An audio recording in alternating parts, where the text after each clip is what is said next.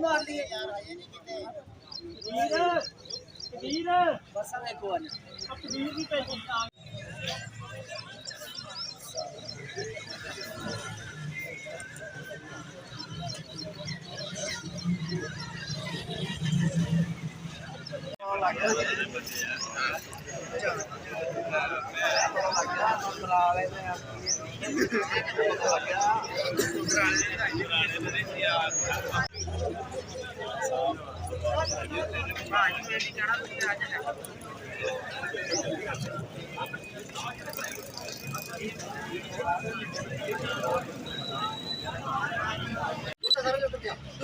ये भाई 140 हो गया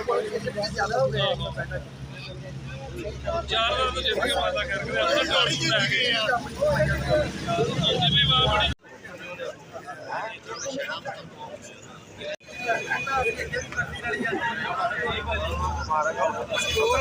मर्जी का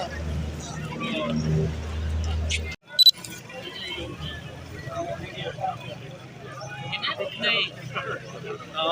दसिया है